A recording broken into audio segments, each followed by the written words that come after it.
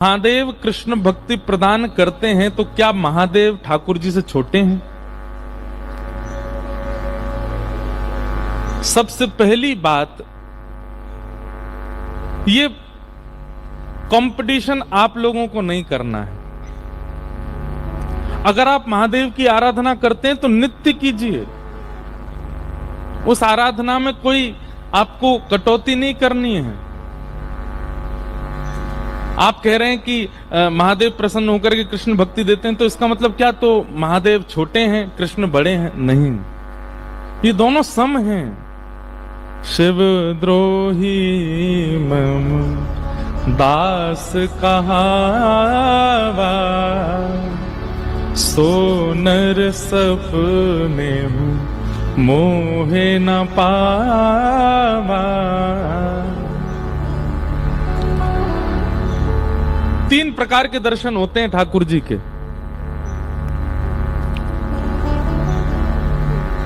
ठाकुर जी अगर आपसे मिलना चाहेंगे तो सबसे पहले आपके स्वप्न में दर्शन होगा।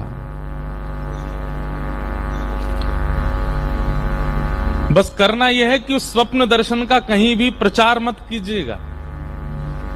हां, गुरु के सन्मुख कह सकते हैं। सब लोग बैठ जाएं, कोई भी अब आए नहीं सामने, बस सुनो कथा।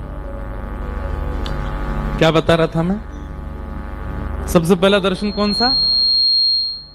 स्वप्न दर्शन। और स्वप्न दर्शन का प्रचार नहीं। रस बतावे से रस को प्रचार करवे से रस घटे,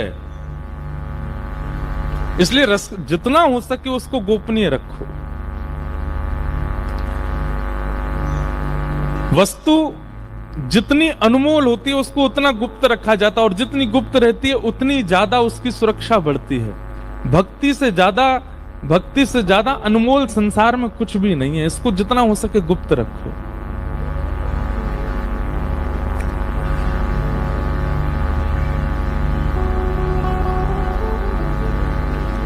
तो स्वप्न दर्शन जब आपको अनेक बार स्वप्न, प्रत्यक्ष ठाकुर जी नहीं दिखेंगे। दिखना यदि स्वप्न में प्रारंभ होगा तो सबसे पहले आपको भगवत धामों के दर्शन होंगे।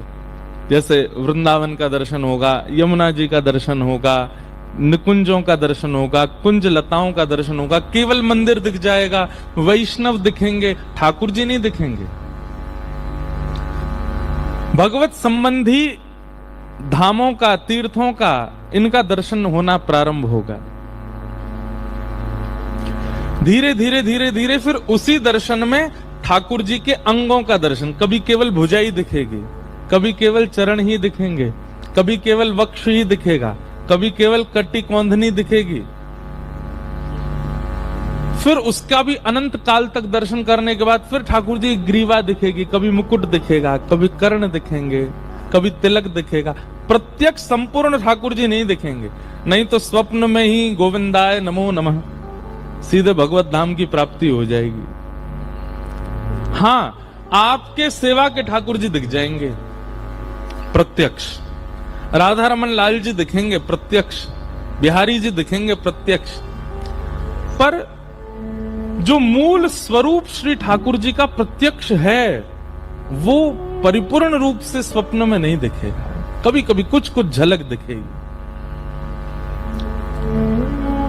और स्वप्न दर्शन जब आप अनंत काल तक करते रहोगे और किसी से उसकी चर्चा नहीं करोगे, गोपनीय रखोगे, तो वही स्वप्न दर्शन फिर धीरे धीरे जागृत अवस्था में अनुभव के रूप में होने लगेगा। अनुभूति कैसी होगी? कभी बैठे हैं और बैठे बैठे सुगंधी आने लग जाए। बहुत सावधानी से सुनिएगा। कभी बैठे बैठे सुगंधी आने लग जाए, गुलाब की सुगंध आ रही है। अब आपके मन में भाव क्या आएगा कि कहीं गुलाब रखा होगा या कहीं इत्र होगा। सूर्य नारायण से भी रुका नहीं जा रहा है, वो कह रहे हैं हम भी आएंगे कथा में।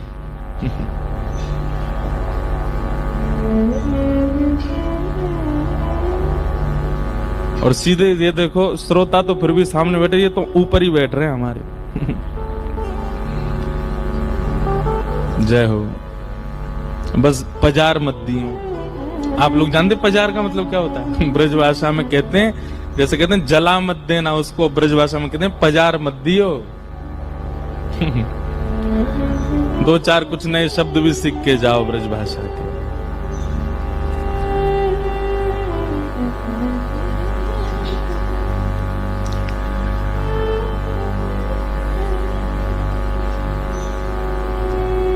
तुम निवेदन कर रहे थे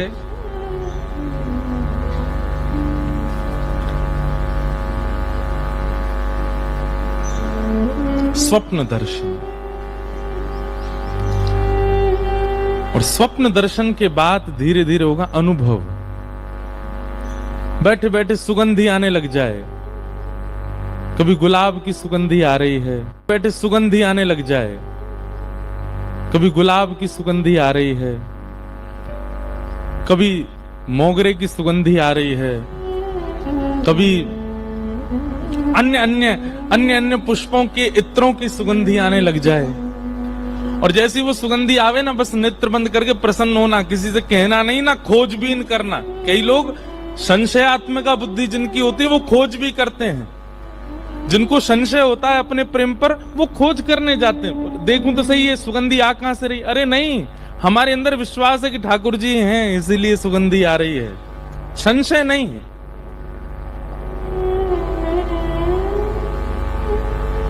कई बार पता क्या होता है, जब भक्ति पर संशय होता है ना, प्रेम पर संशय होता है, तो फिर ठाकुर जी भी जबरदस्ती पुष्प प्रकट कर ही देते हैं। बोले ले तो संशय है, हाँ गुलाब धरो ही है। लेकिन संशय नहीं होना तो गुलाब होगा भी नहीं।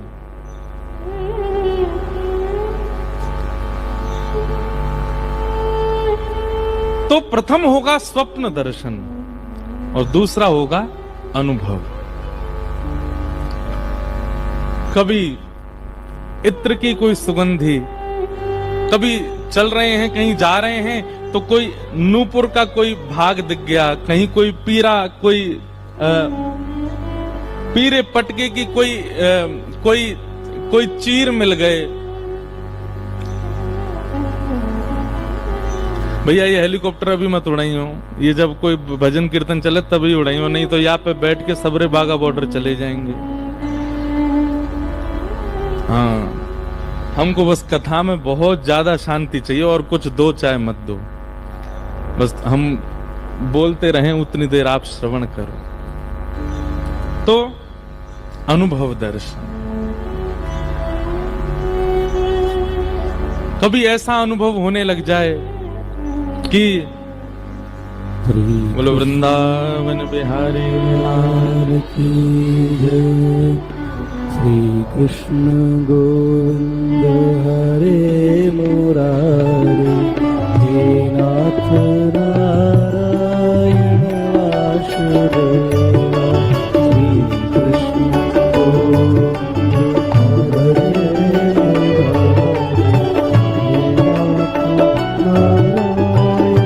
वासुदेवा, श्री कृष्ण गोविंद हरे। कानों में मकराकृत कुंडल पहन रखे हैं, हाथन में वंशी है, चरण में ऐसी पादुका हैं, आदि आदि सब वर्णन करते थे। अब उनको अपनी भक्ति पर संशय नहीं है। वो जो अनुभव होता था गा देते थे, ठाकुर जी वैसे ही दिखते थे सामने। ये अनुभव दर्शन है। हरि दर्शन की प्यासी अखियां, हरि दर्शन की प्यासे, हरि दर्शन की प्यासी अखियां, हरि दर्शन की प्यासी। केसर तिलक मोतिन की माला, वृंदावन के वासी, केसर तिलक मोतिन की माला वृंदावन के वासी हो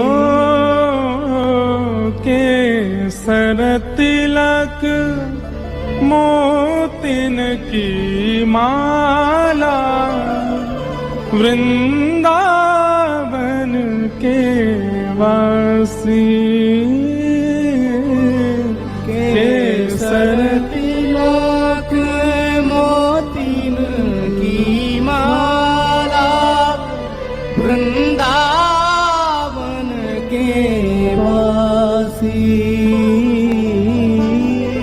नेह लगाए त्याग गए तृण सम नेह लगाए त्याग गए तृण सम डार गए गल फांसी अखियां हरि दर्शन के प्यासी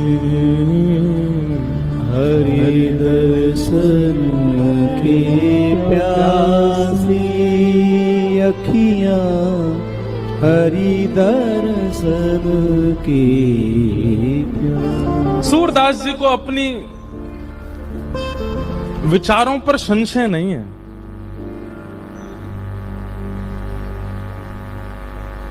ठाकुर जी अगर इस श्रृंगार में हैं तो श्री सूरदास जी को किसी से पूछने की आवश्यकता नहीं है। उनको विश्वास है कि ठाकुर जी ऐसे ही हैं, इसी श्रृंगार में होंगे। ऐसी पाग है, ऐसी लटकन है, ऐसे नेत्र हैं, ऐसे अधर हैं, ऐसे गाल हैं, ऐसे कपोल हैं, और फिर ठाकुर जी वैसे ही उनको अनुभव कराते हैं।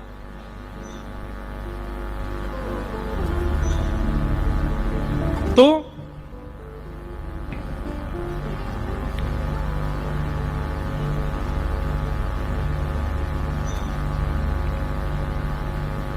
प्रथम है स्वप्न दर्शन और दूसरा है अनुभव दर्शन। और अनुभव यदि कभी कुछ हो रहा हो तो उस पर संशय मत कीजिएगा, उसको रीचेक करने मत जाइएगा कि मैं देखूं तो सही जो मुझे अनुभव हो रहा है वो सच है कि नहीं। आप विश्वास रखो सत्य ही है। मोर पिछ पड़ा हुआ दिख जाए तो उस पर यह चिंतन नहीं होना चाहिए कि मोर निकल के गया है। श्याम सुंदर गए और उन्हीं के पंच मोर पिछ में से एक गिर गए हो मेरे पास, धर लिया उठा, उस पर फिर रीचेक नहीं करना, उसको विश्वास अनुभव के प्रति। तो सबसे पहला स्वप्न, दूसरा अनुभव, और इन दोनों में यदि आप पास हो गए तो तीसरा होगा प्रत्यक्ष।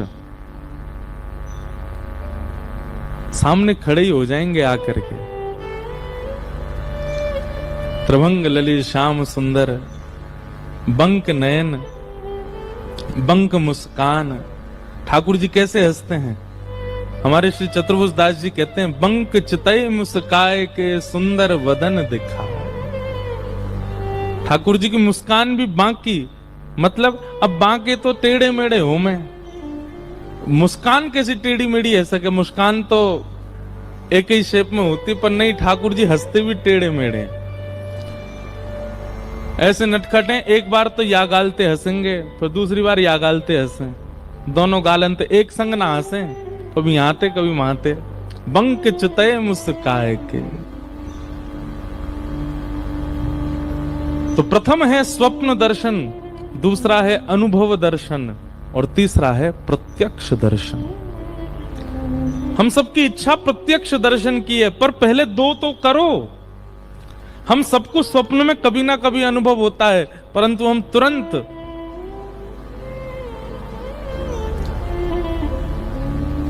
कहीं ना कहीं जाकर के उसका प्रचार कर देते हैं, लोगों को बता देते हैं, या फिर कहीं भी उसको डिस्क्लोज कर देते हैं। और प्रेम बतावे से प्रेम घटे, प्रेम तो घटेगा। मुझे आचार्य चरण का नाम याद नहीं, हमारे ब्रज के एक आचार्य थे, वे अपनी शिखा में, चोटी में एक सूत बांध करके और ऊपर एक खुंटी से उसको बांध देते थे, और हाथ में कलम और पुस्तक लेके बैठते थे। और रात्रि में जैसे ही नींद आती थी, तो जब नींद आती थी तो एक क्षण के लिए उनको भगवत चिंतन होता था। तो स्वप्न का स्वभाव है कि स्वप्न, जैसे आप स्वप्न से बाहर आओगे स्वप्न भूल जाओगे। तो अपनी किताब और कलम पास रखते थे, जैसे उनको स्वप्न आता था तो जैसे ही सोते सोते आगे की तरफ झुकते थे, चोटी खिंचती थी, तुरंत आंख खुलती थी। जैसे ही आंख खुलती तुरंत उठा के लिख देते, आज मैंने क्या देखा, कहीं मैं भूल ना जाऊं। और इसी प्रकार करते करते स्वप्न दर्शन से ही उनको प्रत्यक्ष दर्शन की अनुभूति हो गई।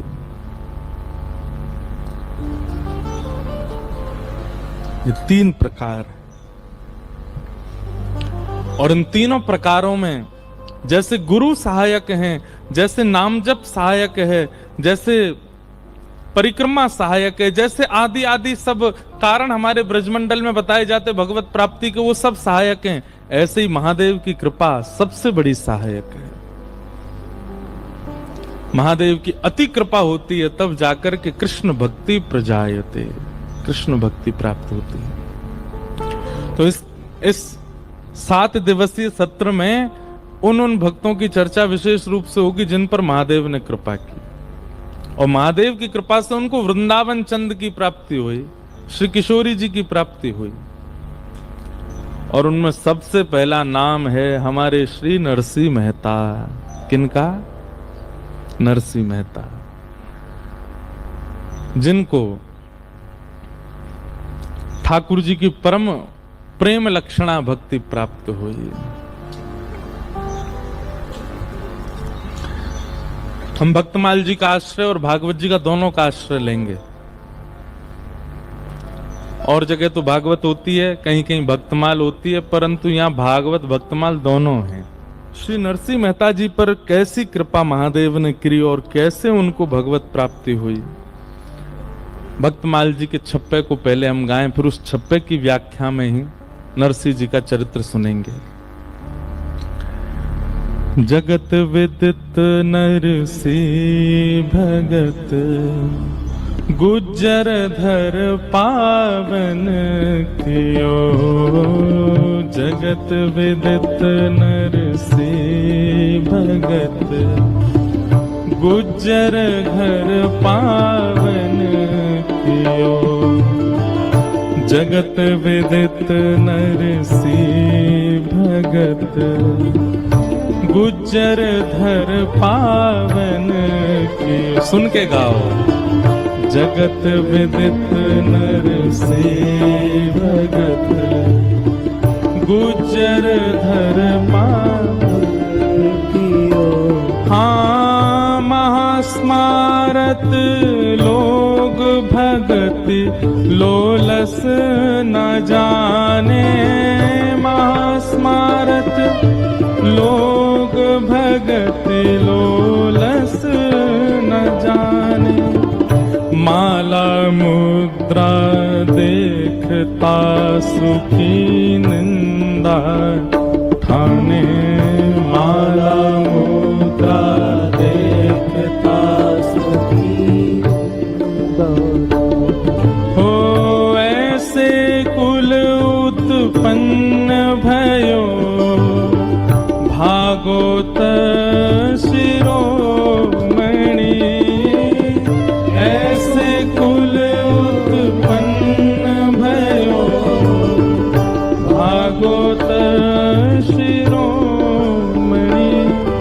ऐसे कुल उत्पन्न भयो, भागवत शिरोमणि। ऐसे कुल उत्पन्न भयो, भागवत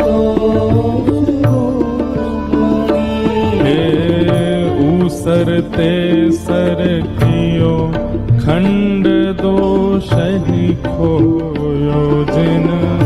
ऊसरते सर कियो, खंड दोष ही खोयो। हाँ बहुत ठोर पर चोदियो, रस रीति भक्ति हृदय बहुत ठोर पर दियो, रस रीति भक्ति जहाँ। हाँ, जगत विदित नर से भगत, गुचर धन पावन। जगत विदित नर से भगत, गुचर धन पावन। जगत विदित, श्री नाभाजी कहते हैं, दो भक्त ऐसे हैं भक्तमाल के जिनको पूरा विश्व जानता है, और भारत की लगभग समस्त प्रांतों में, समस्त भाषाओं में इनकी कथाएं गाई गई हैं। उनमें पहले हैं श्री नरसिंह मेहता जी और दूसरी हैं हमारी भक्तमती मीराबाई। भारत के लगभग सारे प्रांतों में, गुजराती में, मराठी में, मारवाड़ी में, हिंदी में, बंगाली में, तमिल में, सब में नरसिंह मेहता जी का चरित्र गाया जाता है। लेकिन अधिकतर प्रसिद्धि हो जाती है नानी बायरो मायरो, उसी की प्रसिद्धि ज्यादा है, जबकि वो केवल नरसिंह मेहता जी के संपूर्ण चरित्र का एक छोटा सा खंड है जहां भात का प्रसंग आता है। जगत विदित नरसिंह भगत, सब जानते हैं नरसिंह मेहता जी को। नरसिंह मेहता साक्षात श्री मुचकुंद जी के अवतार हैं। बहुत सावधानी से सुनिएगा सब लोग, जितने भी बैठे हैं।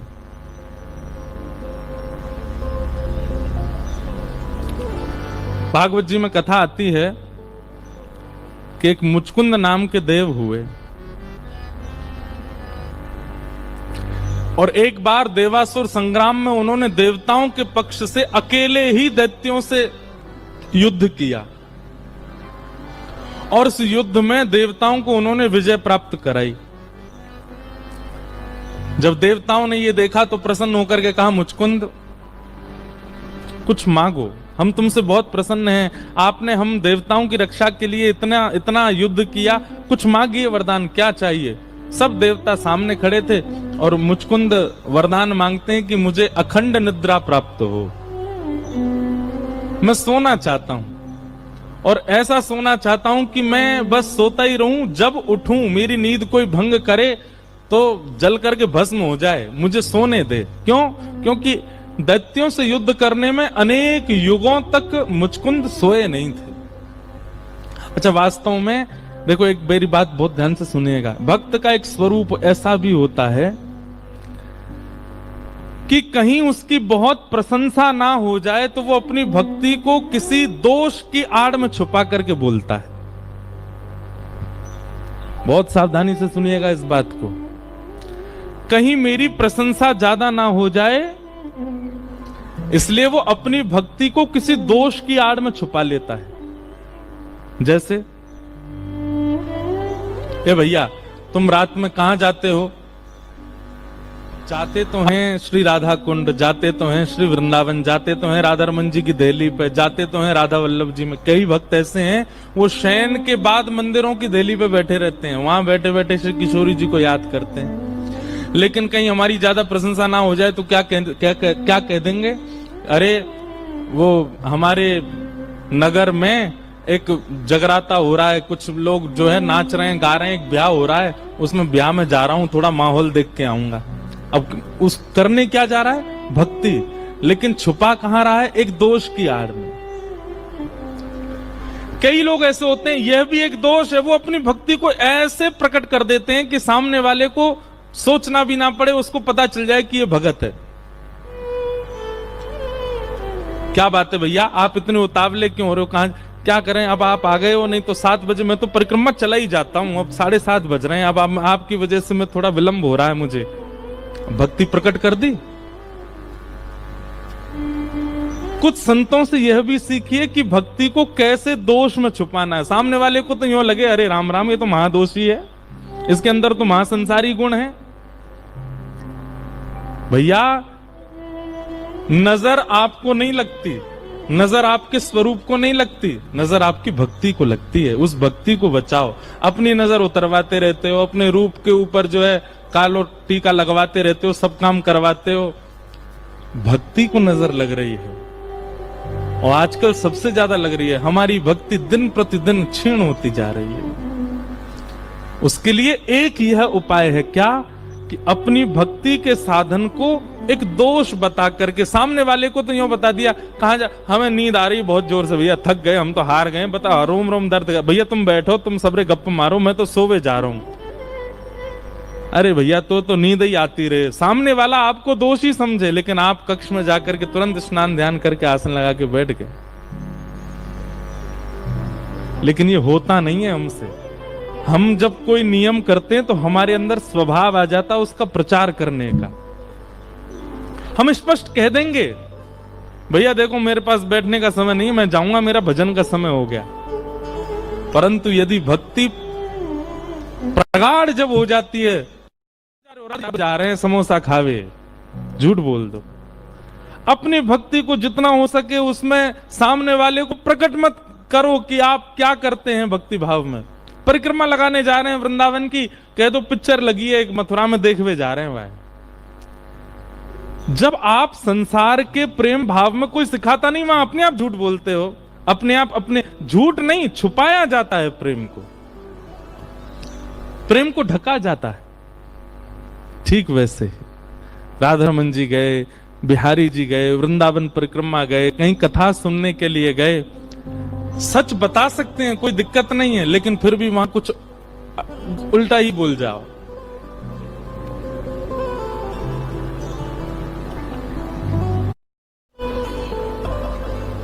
हाँ, ये ऐसे बस याद रखना। हाँ, तो मुचकुंद ने क्या वरदान मांगा बताओ? इतने हजार लोगों में दो ही सुनने हैं?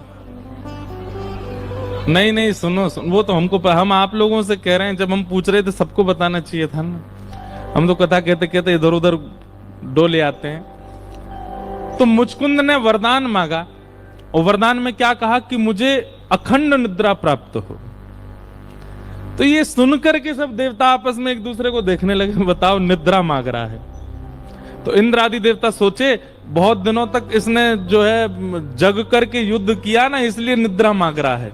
लेकिन मुचकुंद जानते हैं मन में कि इन सबको तो यही लगे कि मैं सोवे जा रहा हूं, लेकिन वास्तव में मैं तो चिंतन करने जाऊंगा। नारद जी महाराज वहीं खड़े थे। नारद जी समझ गए कि ये मुचकुंद अखंड निद्रा नहीं मांग सकता। इसके सामने देवता खड़े हैं, ब्रह्मा खड़े हैं, इंद्र खड़े हैं, शिव खड़े हैं, सब खड़े हैं। इन सबसे ये चाहता तो कुछ भी मांग सकता था, निद्रा कौन मांगता भाई? भक्त ही समझ पाता है चोरी को। हमारे एक महाराज जी हैं, वो फ्लाइटों में घूमते रहते हैं। उनसे मैंने पूछी, मैंने महाराज जी एक बात बताओ, फ्लाइट में क्यों घूमते? तो पता क्या उत्तर दे? बोले परियों को देखने जाता हूं। फ्लाइट में जो फ्लाइट अटेंडेंट रहती है ना, उनको परी बोलते हैं। वो बोले परियों को देखने जाता हूं। अब सामान्य व्यक्ति होगा तो क्या सोचेगा? राम राम राम राम, बताओ ये परियों को देखने जाते हैं ऊपर। लेकिन यहां वो अपनी भक्ति छुपाते हैं। आपके मन में केवल इतना भाव प्रकट कर देते हैं कि वो परी देखने जा रहे हैं। महाराज जी तो देखो फ्लाइट में देखने जा रहे। नहीं, उनका कोई भक्ति स्वरूप है, वो उसको छुपा रहे हैं। आपसे कह रहे हैं कि परी देखने गए। एक बार मैं उनके साथ कहीं गया तो किन्हीं के घर पे गए थे, तो वहां बहन जो थी वो जल लेकर के आई। तो जैसे जल्दी, महाराज जी आप कुछ लेंगे?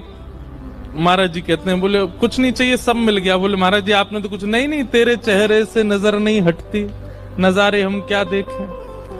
अब सामने वाला बेचारा विचलित हो जाए उनके भाव से, अरे राम राम जी क्या कह रहे हैं। लेकिन उनका भाव हम समझ गए कि वो अपनी भक्ति को ऐसे दोष बता करके छिपाते। स्पष्ट मत कह दीजिए कि आपका नियम क्या है, आपका भाव क्या है। प्रेम में तो छुपाना प्रेम का स्वरूप है। मुचकुंद कहता है कि मुझे अखंड निद्रा प्राप्त हो। नारद जी महाराज समझ गए, बोले कि ये निद्रा के लिए नहीं, ये सब देवताओं के चित्त में दोष बुद्धि प्रकट करवा रहा अपने लिए और स्वयं जाकर के भजन करेगा। तब श्री नारद जी महाराज ने कहा, मुचकुंद हम जान गए तुम्हारे मन में भाव क्या है, अब एक काम कीजिए। बोले क्या?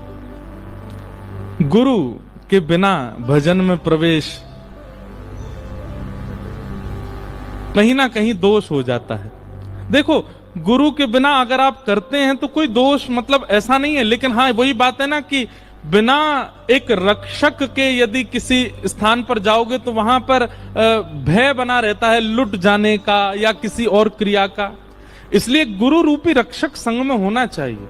इसलिए जब भी आप नाम जप भी करते हैं ना, कई लोग कहते हैं नाम जप में हमारा मन नहीं लगता, पहले गुरु स्मरण करो, गुरुदेव के चरणारविंदों का स्मरण करके तब नाम जप में जाओ, आपका भजन पहले से अधिक बढ़ेगा।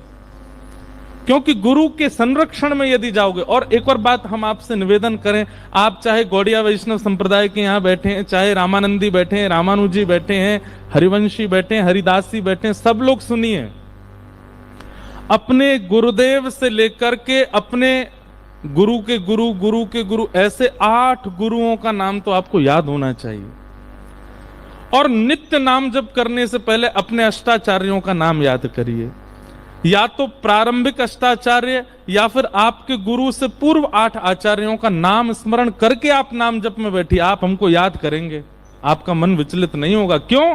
क्योंकि वे 8 पहरेदार आपके भजन की रक्षा कर रहे हैं। ये नाम जप में क्यों मन भंग होता है, क्यों निद्रा आ जाती है, क्यों आप कहीं और चले जाते हो? क्यों? क्योंकि आप अकेले जा रहे हो और अकेले आप अपनी रक्षा नहीं कर सकते। सिक्योरिटी तो चाहिए, और सिक्योरिटी वही दे सकते हैं जो स्वयं पहलवान हो।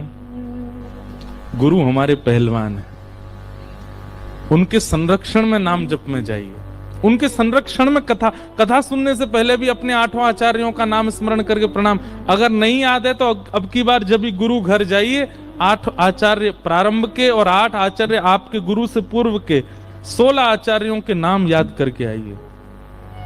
कि हमारी रामानुज परंपरा में ऐसा भाव बताते हैं कि आचार्य, और जब भी किसी मंदिर में दर्शन करने जाइए तो अपना परिचय ठाकुर जी को दीजिए, उनके शिष्य वो, उनके शिष्य वो, उनके शिष्य वो, उनके शिष्य वो, ऐसे 8 और उनका शिष्य मैं।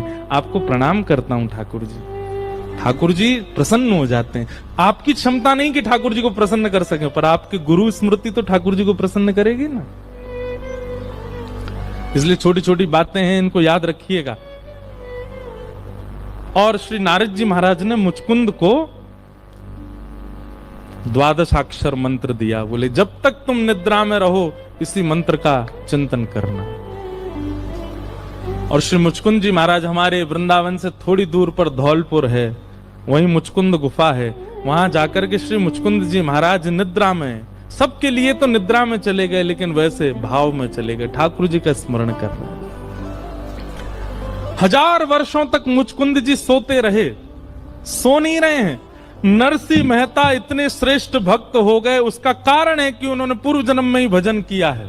उनकी पूर्व जन्म की भक्ति फल दे रही है उनको। कभी भी किसी भी व्यवस्था को नकारात्मक मत मानो, उसमें कोई भगवत भाव सोच लो, तो जब भी वो अव्यवस्था होगी आपको लगेगा कि ये तो भगवत भाव है। जैसे अगर आप सोच लो कि मुझे जब जब ठोकर लगती है तो मुझे लगता है ठाकुर जी याद कर रहे हैं, तो आगे से जब भी ठोकर लगेगी, अच्छा ठाकुर जी याद कर रहे थे आप। नहीं तो ठोकर लगने पर क्या सोचते थे, पता नहीं कोई गाली दे रहा है, जीभ कट गई, अरे जीभ कट गई, कोई गाली दे रहा है। ये जितनी नकारात्मक चीजें आपके साथ होती हैं, सब में ऐसा विचार करो, इसमें कोई भगवत भाव जोड़ दो, आगे से वो जब भी होगा उस स्थिति में आपको ठाकुर जी की याद आएगी। तो अब हमारा तो कथा का काम है, सब जगह जब लाइट जाती है तो हमने फिर ये भाव रख लिया ठाकुर जी आ गए। अब इसका ऐसा प्रभाव देखने को मिला कि कई बार ऐसा प्रसंग चल रहा होता है जहां ठाकुर जी प्रकट हुए और लाइट गई, वो अपने आप सार्थक हो जाती है बात।